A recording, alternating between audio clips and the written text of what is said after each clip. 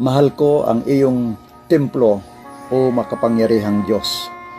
Nasasabik ang lingkod mong sa patyo mo ay pumasok.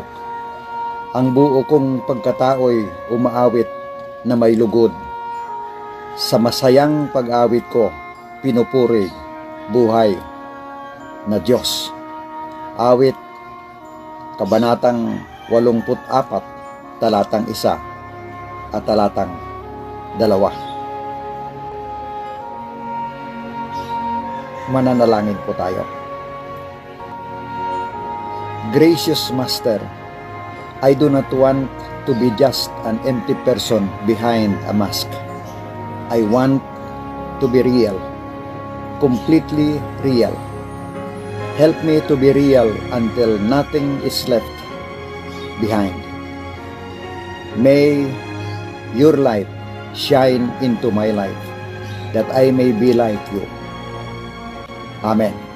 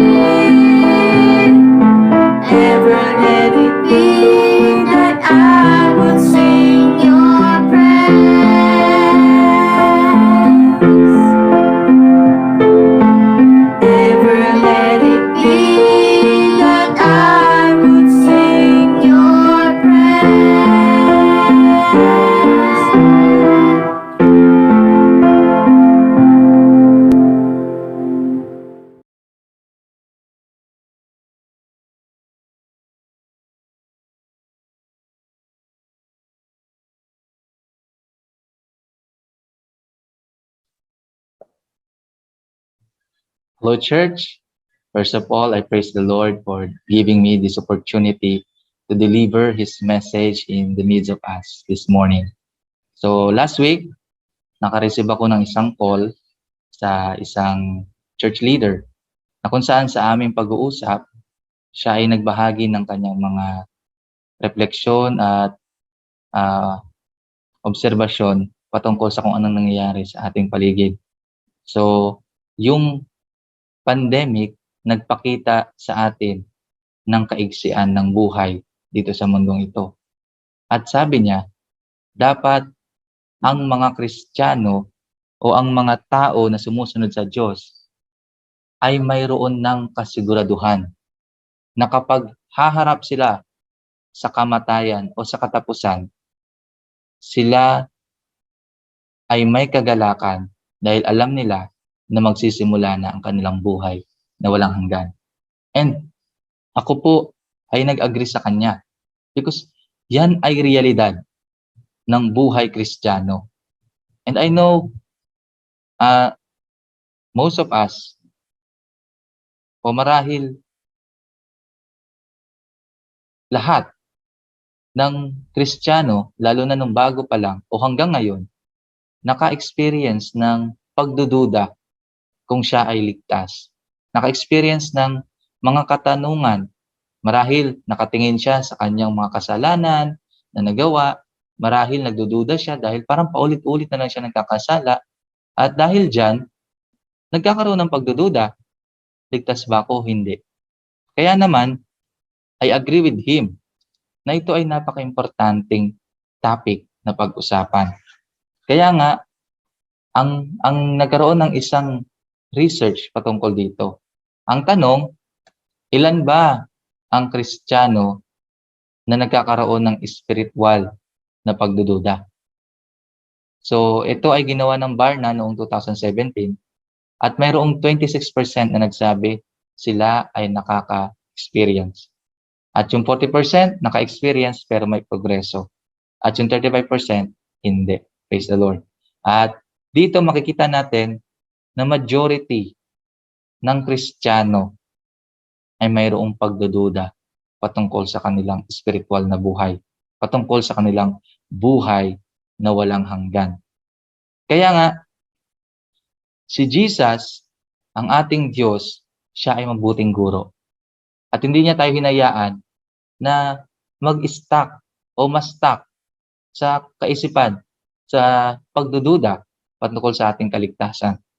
Kaya siya mismo ay nagbigay ng katuruan para malaman kung tayo ba ay totoong tagasunod niya. Kung tayo ba ay totoong disipulo. Kung ang ating pambuhay ay may roong kasiguraduhan sa buhay na walang hanggan. So, ang ating text ay makikita sa John 15 verses 1 to 11. At I know na familiar na ito sa karamihan sa atin, but let us just have a refreshment sa context ng passage na ito. So, babalikan natin yung John chapter 13 hanggang 14, 15 at kung saan pa tayo aabutin. Pero sa ngayon, tignan natin yung John chapter 13 to 14. Ito ay nangyari noong Thursday night. Thursday night, yung last Thursday ni Jesus Christ sa kanyang pagmiministeryo sa lupa. So ito ay nangyari, kasama niya ang kanyang 12 apostol at sila ay nagsiselebrate ng Passover feast sa lugar na kung saan sa record ni Mateo, ito ay tinawag na upper room. No? Matandaan natin, inutusan ni Jesus Christ ang kanyang disipulo na humanap ng tao na susundan nila at kung saan papasok, doon ang kanilang pupulong at doon mangyayari ang kanilang paghapunan. So, yun ang nangyari.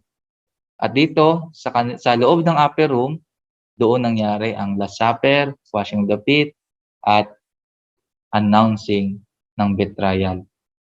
At nagpatuloy pa yan patungkol sa pagpapahiwatig ni Jesus Christ ng kanyang lisan.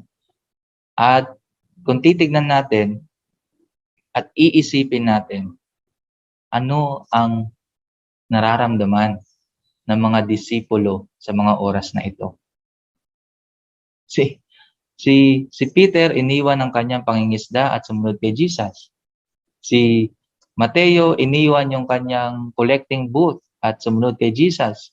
They left everything they have and they follow Jesus Christ. And ito yung mangyayari. Si Jesus nagpapaalam at si Jesus Christ na mahal nila, si Jesus Christ na sinusundan nila kung saan man nagpunta, nagsabi na isa sa kanila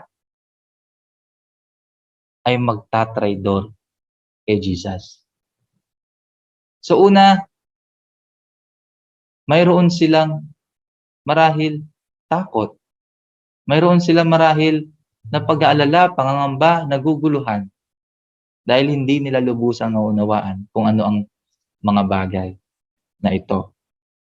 At sa pagpapatuloy, mababasa natin sa John 14:31, sa bandang huli, sabi ni Jesus, "Get up, let us go from here."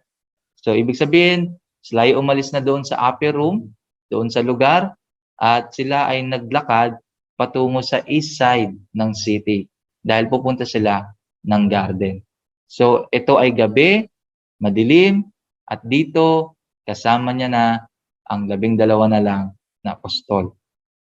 At siya ay naglalakad, and along the way, sabi ng mga scholar, sabi ng mga theologian, sinabi ni Jesus ang John 15:1-11, patungkol ito sa vine, dahil nakita ni Jesus along the way ang ukit ng vine sa isang pintuan doon sa gilid ng Jerusalem. At kung ano pa man ang dahilan, ito ay napakaganda para sa atin ngayon. Dahil dito nga malalaman natin kung ang ating bang buhay ngayon ay patungo sa buhay na walang hanggan. So, simulan natin ang pagbasa sa Juan, Kabanata 15, talata 1-11. Babasahin ko po ito sa wikang Ingles, sa New American Standard Bible Version. I am the true vine, and my Father is the vine dresser. Every branch in me that does not bear fruit, He takes away, and every branch that bear fruit, He prunes it, so that it may bear more fruit. You are already clean because of the word which I have spoken to you. Abide in me, and I in you, as the branch cannot bear fruit of itself unless it abides in the vine, so neither can you unless you abide in me. I am the vine, you are the branches. He who abides in me and I in him, he bears much fruit. For apart from me, you can do nothing. If anyone does not abide in me, he is thrown away as a branch and dries up. And they gather them and cast them into the fire, and they are burned. If you abide in me, and my words abide in you, ask whatever you wish, and it will be done for you. My Father is glorified by this, that you bear much fruit, and so prove to be my disciple. Just as the Father has loved me, I have also loved you. Abide in my love. If you keep my commandments, you will abide in my love, just as I have kept my Father's commandments and abide in his love.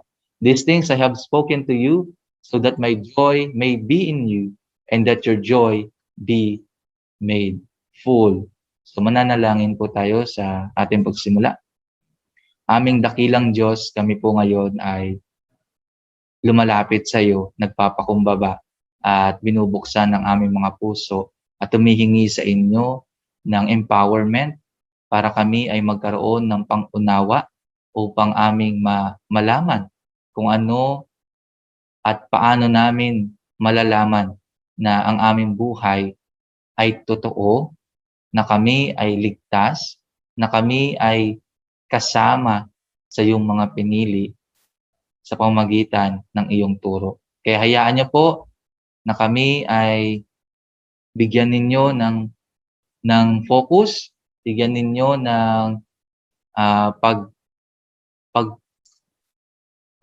pagkauhaw sa iyong salita. Sa iyo namin binibigay ang lahat sa pangalan ni Kristo Jesus. Amen. Amen. Amen. So, una, dapat alam natin ang ating purpose. Okay? So, ano ang purpose? Bakit sinabi ni Jesus ang metaphorical statement na ito?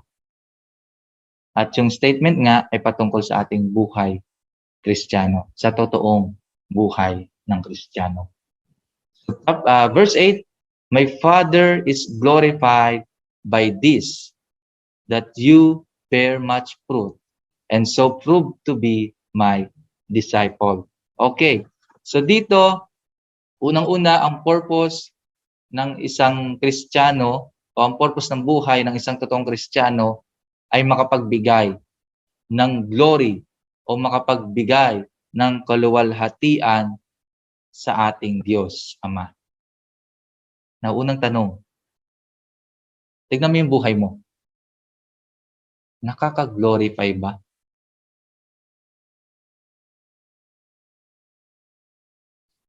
Matthew chapter 5 verse 16. Let your light shine before men in such a way that they may see your good works and glorify your Father who is in heaven. Ang purpose ng buhay mo, kapatid, is to declare all God's excellence, not to bring praises unto yourselves, but to put glory to our Father in heaven, to give glory to our Father in heaven. So, bilang Kristiyano, hindi pala ito dahil sa atin. Ito pala ay dahil sa Diyos. Ito pala ay patungkol sa Diyos. Kaya, huwag tayong magmamayabang na kung tayo ay makikita natin na parang, okay naman ako, maayos naman ako, wala naman ako tinatapakang tao, ako naman ay naglilingkod sa Diyos. Kapatid, hindi ito para sa iyo. Hindi patungkol ito sa iyo. Ito ay patungkol sa Diyos, sa pagbibigay ng kaluwalhatian sa pangalan ng Diyos. So kung titignan natin, ang Diyos ay nagbigay sa atin ng grasya. At yung grasya na yon ay enable tayo upang makagawa ng mabubuting bagay.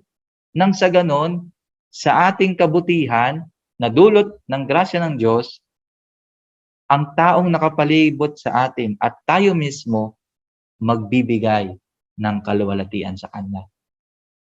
And glorify your Father who is in heaven. Pangalawa, John 15 verse 8 pa rin. My Father is glorified by this, that you bear much fruit and so prove to be my disciple. Now, eto na. Ang ating totoong buhay na Kristiyano o yung ating pamumuhay Kristiyano na nasa katotohanan, ito ay nagbubunga. At kapag ito ay nagbubunga, dito natin malalaman na tayo ay sa Diyos. Hindi ito para malaman, para tayo ay maging sa Diyos, kailangan nating gumawa ng mabuti. Hindi ganon. Kung hindi, gumagawa tayo ng mabuti dahil yan ay epekto ng grasya ng Diyos na nasa sa atin. Gumagawa tayo ng mabuti at yung ginawa nating mabuti ay ebidensya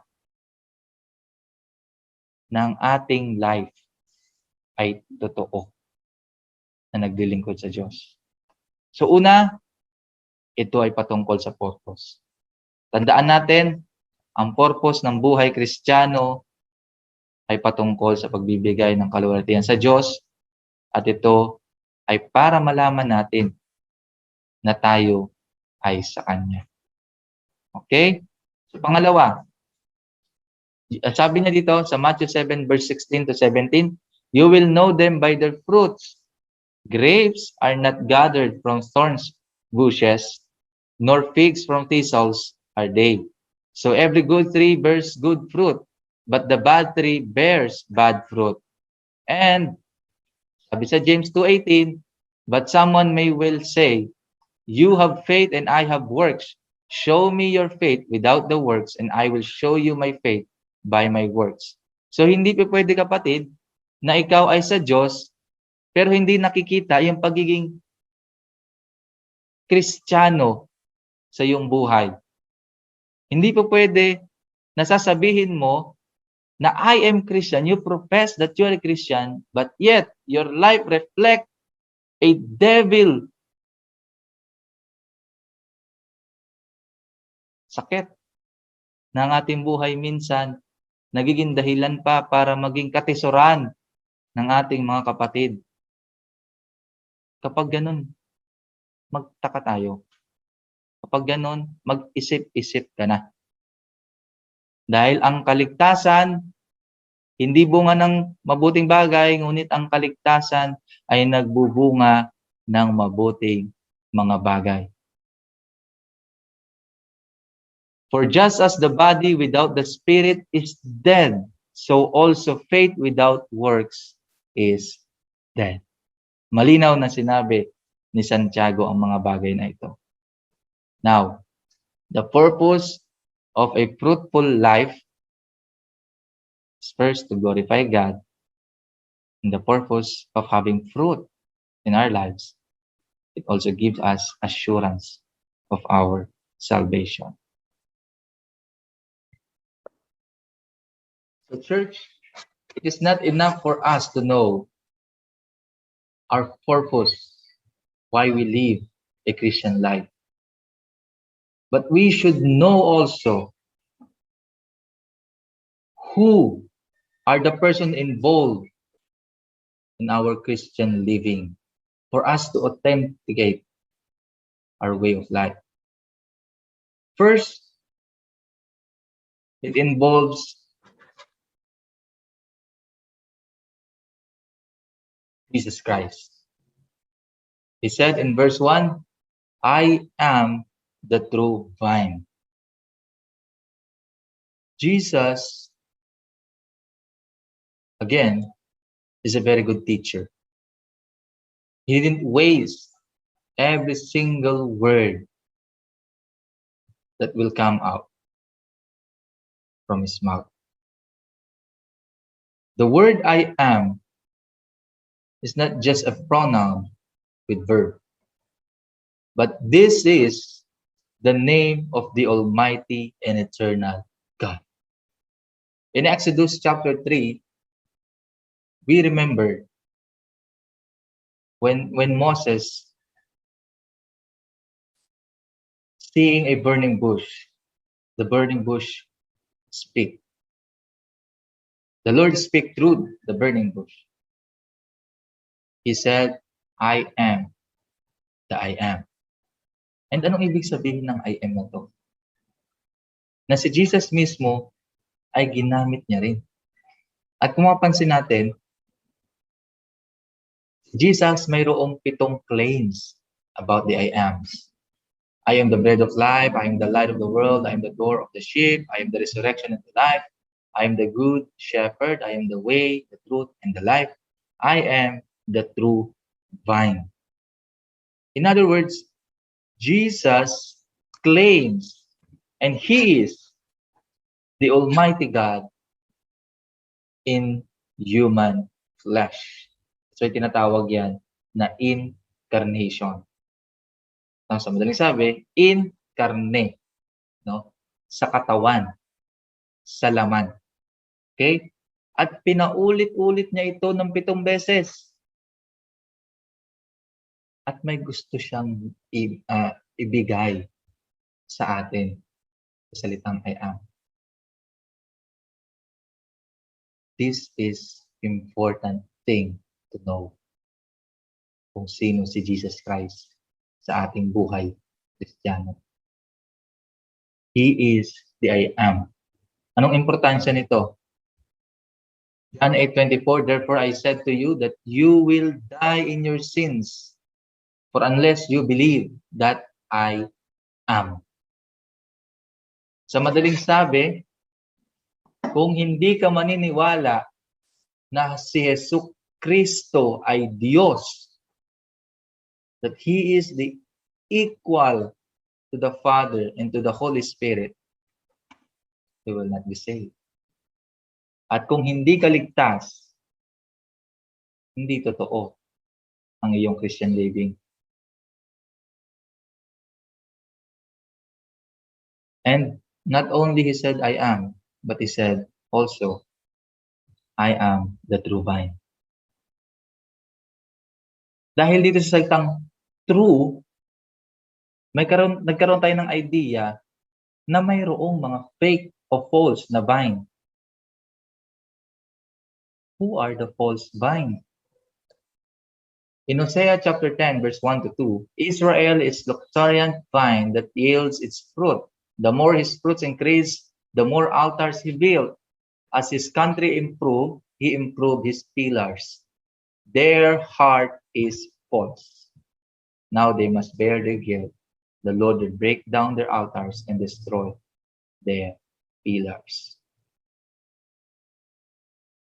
In Old Testament, ang akala ng mga Jews, sila ang totoong vines. Because they were the chosen to carry out the purpose to reach, to supply. Pero they failed.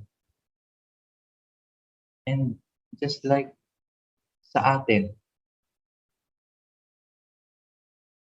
nung wala pa kay Kristo, may mga testimonya tayong narinig that they have everything. But there's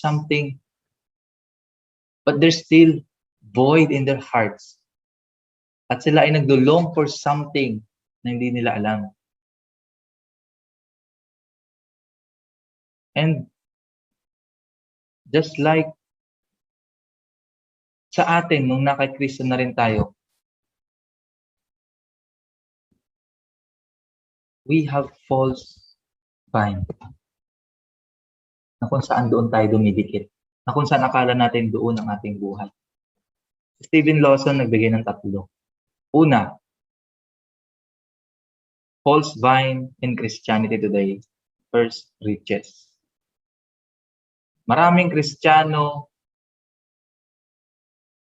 masyadong nag-aalala sa kanilang kayamanan. Maraming Kristiyano ang hindi maiwan ang kanilang kayamanan. Dahil akala nila doon ang kanilang buhay. So magkaiba po yung nag-aalala, mag-iba yung concern sa kanilang buhay, sa kanilang pang-araw-araw. Pangalawa, human relationship. Unang-una makikita natin ito sa ating church. Sa church. Kapag ang isang tao ay palaging nakatingin sa kanyang churchmate at lagi niyang tinitignan ang kamalian at pinupuna ang lahat-lahat ng pagkukulang ng ibang tao, nasisira ang relationship. At yung relationship ay parang yun na lang yung dahilan kung bakit siya nagpapatuloy sa Diyos. Pag nasira ng tao yung kanyang trust, nasira yung relationship nila, hindi na ako magsisimba. Hindi na ako a-attend sa simbahan na yan. Ganun na kagad. At pangatlo, religion.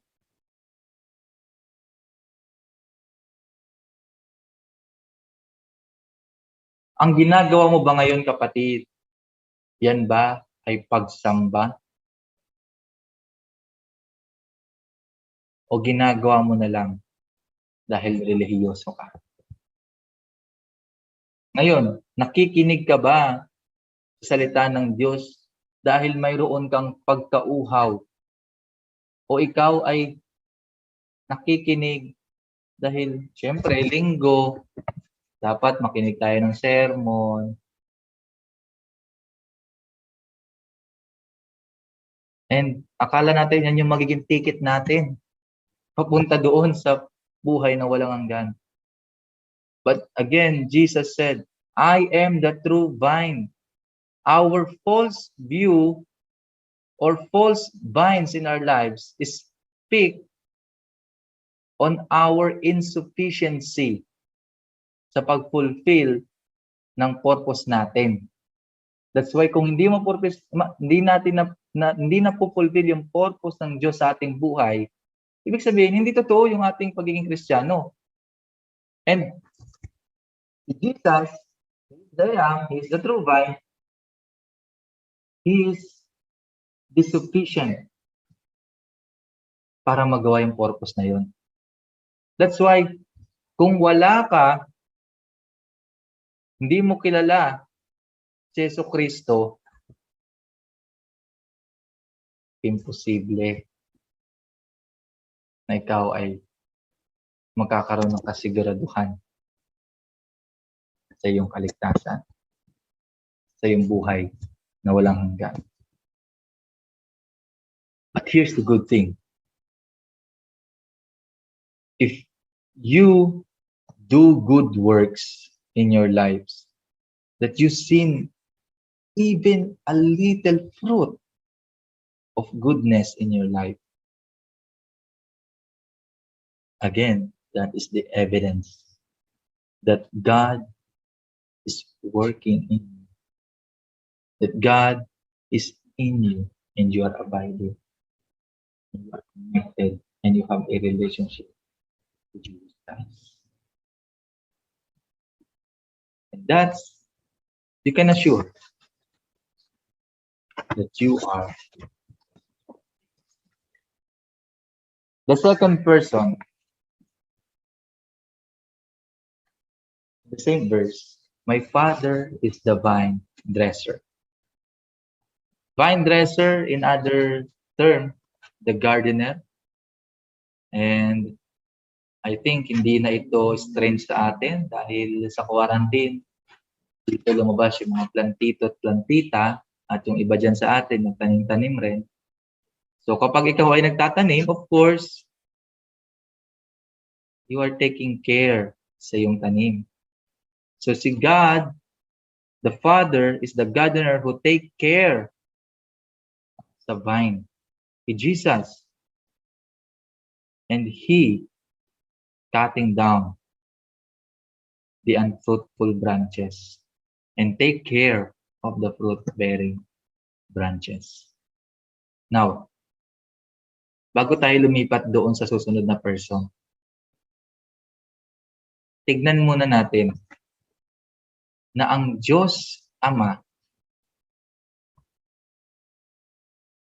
ay nagtitake care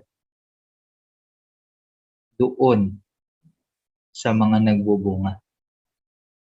Hindi dito sinasabi na siya ay nagtitake care sa mga sanga na walang bunga. Nung sinabi na He takes away, ibig sabihin, tinatanggal niya yun. That's why the branches that do not bear fruit are cut off and thrown into fire. If anyone does not abide in me, he is thrown away as a branch and dries up. And they gather them and cast them into the fire, and they are burned. Anong picture nito? Ibig sabihin, mayroong mga tao na akala nila sila ay nasa Diyos. Pero kahit kaunti, walang bunga, wala kang makikitang pagiging Diyos sa kanilang buhay. O wala kang makikitang katangian ng Diyos sa kanilang buhay. At yun, sa huli, ay itatapon. Susunugin. Walang pag-asa. Meron ba nito? Totoo ba ito? Tignan natin. In John 13:21-30, When Jesus had said this, he became troubled in spirit and testified and said, again, balik tayo sa upper room. Truly, truly, I say to you that one of you will betray me. The disciples began looking at one another at a loss to know of which one he was speaking. There was reclining on Jesus' bosom on one of his disciples whom Jesus loved. So Simon Peter gestured to him and said to him, tell us who it is whom he is speaking. He leaning back thus on Jesus' bosom said to him, Lord, who is it? Now dito makikita natin na sila ay nagtataka at concerned na malaman sino ba yun. Marahil nagtatanong sila, baka ako yun? Hindi ko alam. Jesus then answered, that is the one for whom I shall dip the morsel. Morsel yung maliit na pagkain o sa kanila, tinapay. I shall dip the morsel and give it to him. So when he had dipped the morsel, he took and gave it to Judas, the son of Simon Iscariot. Now, sabi sa verse 27, after the morsel, Satan then entered into him. Therefore, Jesus said to him, what you do, do quickly.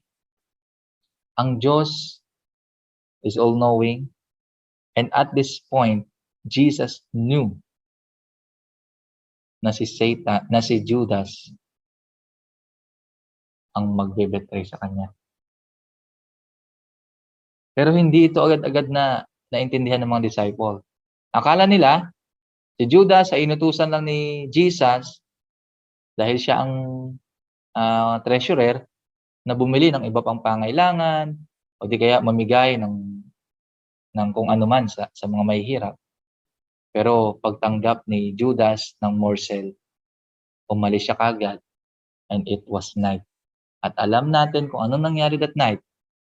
Pumunta na siya doon, nagsumbong at pupunta na siya. Pinagkanulo niya na si Jesus sa 30 pieces of silver. And then, babalik siya. At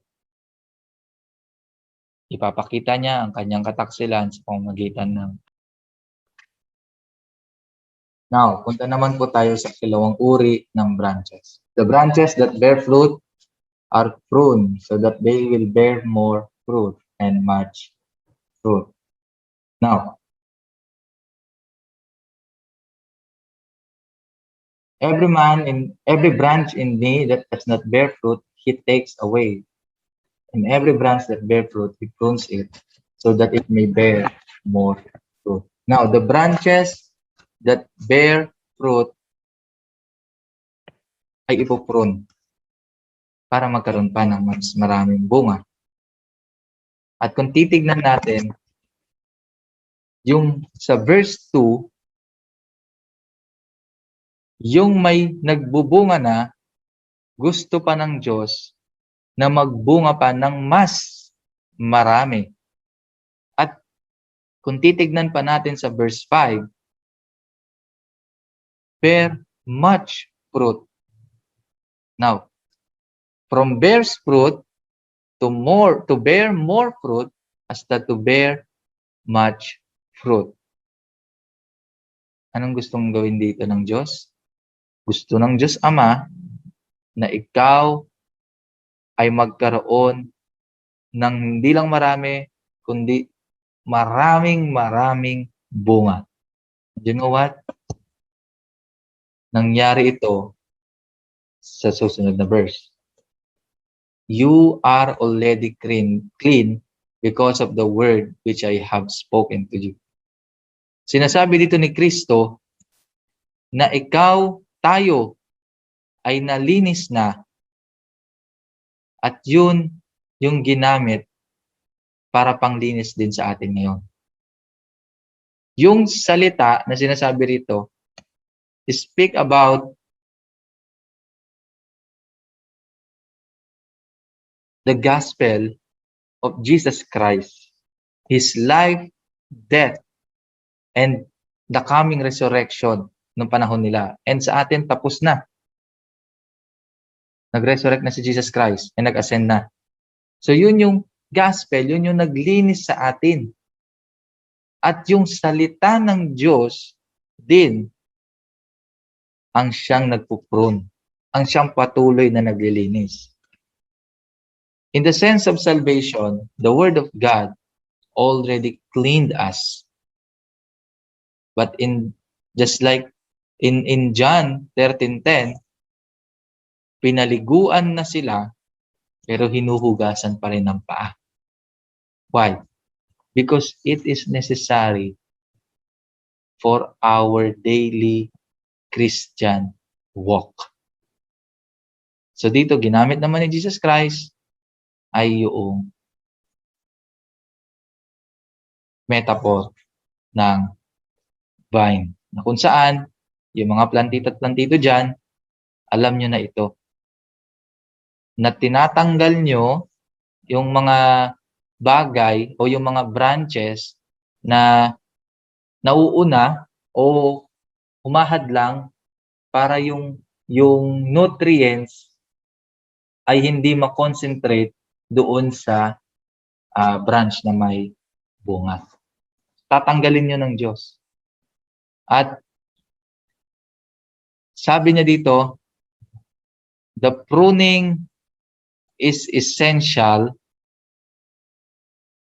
and it is sometimes in a form of discipline.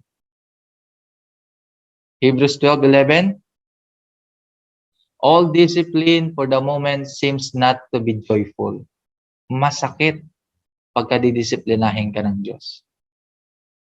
Sorrowful. Yet, to those who have been trained by it, afterwards it yields the peaceful fruit of righteousness.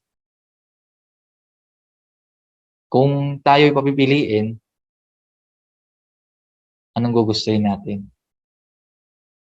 Makaranas ng pagdidisiplina kahit masakit sa Diyos, o wala nang pakialam ang Diyos sa atin. At kapag wala nang pakialam ang Diyos sa atin, ang ibig sabihin nun, hindi tayo sa Kanya. Hindi natin kayang mag-produce ng bunga. Ang kaya lang natin, magbigay ng bunga.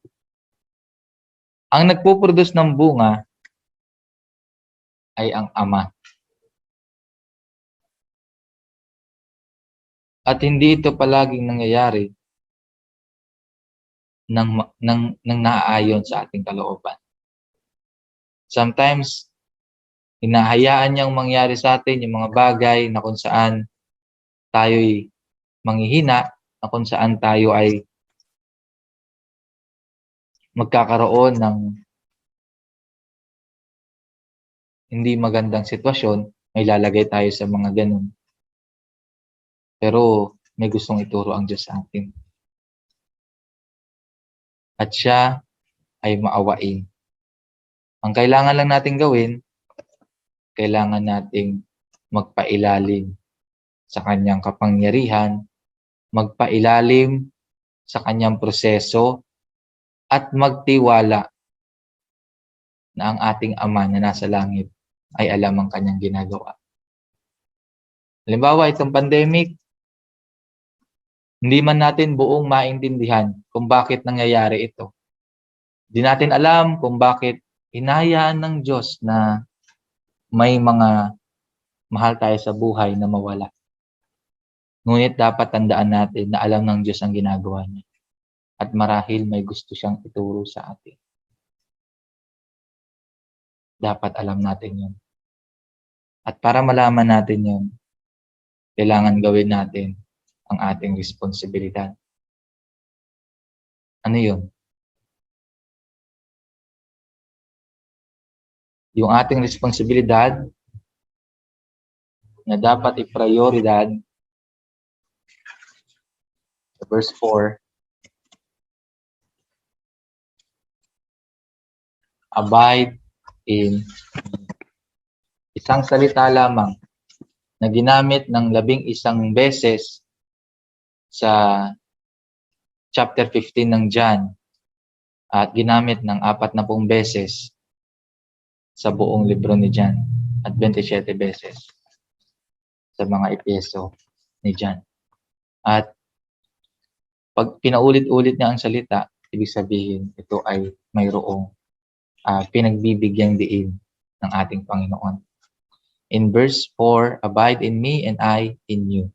Now, hindi ito ibig sabihin, hindi mag-a-abide ang Diyos sa iyo kung hindi ka mag-a-abide sa Kanya. No. The Lord is already doing His part kahit wala ka pa. The point here is, we need to abide in Him so that we know that He is abiding in us. Ulitin ko Hindi ibig sabihin nito na hindi mag-a-abide ang Diyos sa atin kapag hindi tayo nag-abide sa Kanya. No. Ang ibig sabihin nito, we need to abide in Him so that we know that He is abiding in us. Dahil ang Diyos ay sukdulan ng kabutihan, sukdulan ng biyaya at habag. Ngunit siya ay katarungan. So gusto niyang malaman natin na siya'y nariyan at siya'y laging tumutulong sa atin. At kung sakaling hindi man tayo nagpapalapit sa Kanya o lumalapit sa Kanya, makakaranas tayo ng sinasabi natin kanina, pruning. Now, abiding, it speaks about a relationship. The original word for abiding is meno. Sabi ng Thayers, first definition is to remain. In reference to place, hindi magdi-depart, hindi aalis. Laging nandiyan, present. In reference to time, to continue to be, not to perish, to last. Hindi nagbabago at nag-i-endure.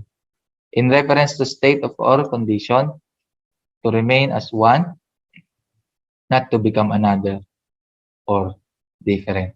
And the number 2 definition, to wait for or await one.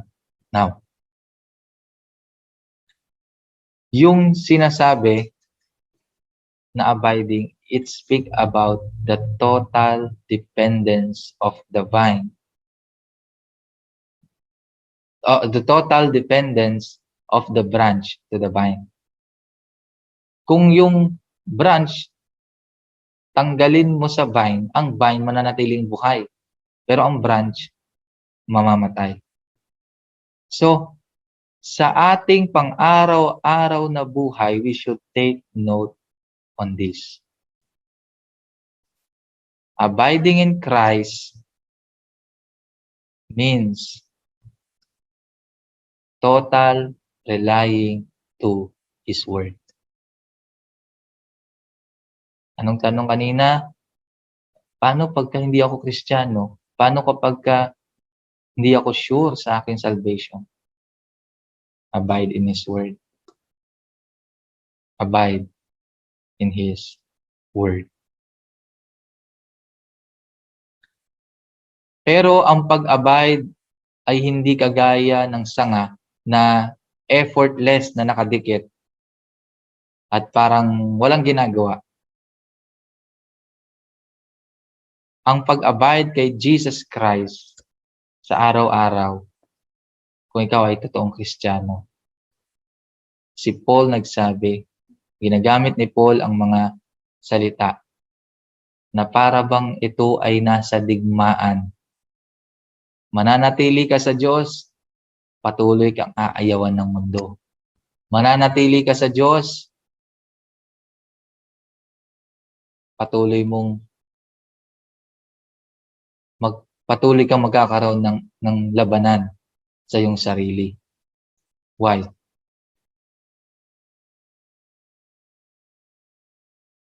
Sabi sa Ephesians 6:10-13, Finally, be strong in the Lord and in the strength of his might. Put on the full armor of God so that you will be able to stand firm against the schemes of the devil.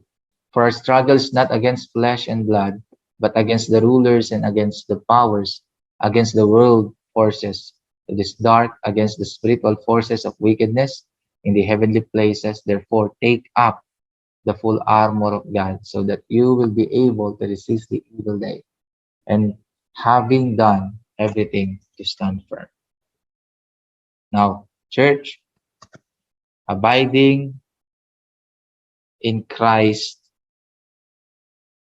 is our priority. Abiding in Christ should be our top priority. And how to abide in Him? Abide in His Word. Madali bang mag-abide sa Kanya? Hindi. It is an everyday struggle because it is not against flesh and blood, but it is against the rulers and against the power, against the world forces. At nasan tayo ngayon? Nandito sa mundong ibabaw. That's why remember this word. If you are striving, you are abiding. So kapag dumating ulit yung thought sa inyong mind, ang dami ko ng maling nagawa, ang dami ko ng kapalpakan sa buhay, parang hindi na ako nagbubunga, marahil lie yan ng kaaway. At hanggat ikaw ay nagkakaroon ng struggle within you, good thing you are still abiding. And you will never, ever will be cut off. Because God is good, but He is also just. That's why He allows things to happen. He allows painful things to happen in our lives. So remember this metaphorical statement or the paradigm of Christian living for us to know if we are in Christ. First, we should know our purpose. Second, we should know the persons who are involved in our Christian living. And thirdly, we should know and take it serious our responsibility, our priority in this life, and that is abiding in Jesus Christ. So, maraming salamat at God bless.